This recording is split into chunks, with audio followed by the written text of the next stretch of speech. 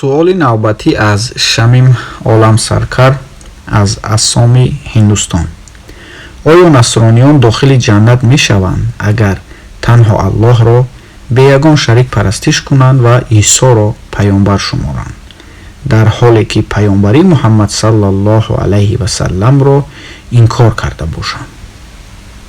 дар хусуси насроние ки ба ягонагии Аллоҳ имон дорад, танҳо худои якторо парастиш мекунад, таълимоти Исо алайҳиссаломро пайравӣ мекунад, аммо ба паёнбарии Муҳаммад дуруд бар ӯ бовар надорад.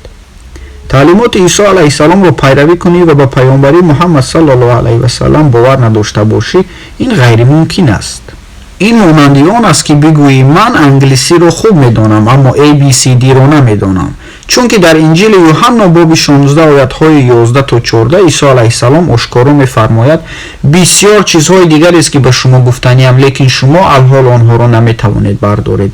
лекин чун ӯ, яъне рӯҳи ростӣ ояд, шуморо ба тамоми ростӣ раҳнамоӣ хоҳад кард. ӯ аз пеши худ намегӯяд, чизе мешунавад, онро мегӯяд ва маро ситоиш мекунад. дар ин пешгӯии Исо алайҳиссалом дар бораи омадани охирон паёнбар Муҳаммад саллаллоҳу алайҳи васаллам ҳарф мезанад. дар аҳди нав ва кӯҳна, ки китобҳои насрониянд, пешгӯиҳои гуногун дар бораи нузули паёнбари охар Муҳаммад саллаллоҳу алайҳи васаллам омадааст. пас ин ғайримантиқист агар шахсе ба инҷил бовар дорад ва таълимоти Исоро пайравӣ мекунад, аммо нубуввати Муҳаммад саллаллоҳу алайҳи васалламро инкор мекунад. дар Қуръон ҳам хело рӯшан омадааст. дар сураи Ас-Саф ояти 6 ки Исо алайҳиссалом мефармояд: ай бани Исроил, ман паёнбари Аллоҳ бар шумо ҳастам. тавротеро ки пеш аз ман будааст тасдиқ мекунам ва ба паёнбаре ки баъд аз ман меояду номаш Аҳмад аст хушхабаратон медиҳам. Аҳмад номи дигари Муҳаммад саллаллоҳу алайҳи васаллам аст.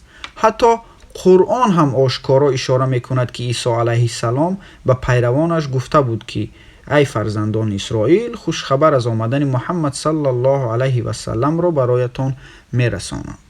пас ҳар насроние ки роҳии ҷаннат аст, илова бар ин ки ба худо имон дорад, ширк намекунад, ғайр аз Исо алайҳиссалом бояд ба хотамуланбиё Муҳаммад саллаллоҳу алайҳи васаллам низ боварӣ дошта бошад.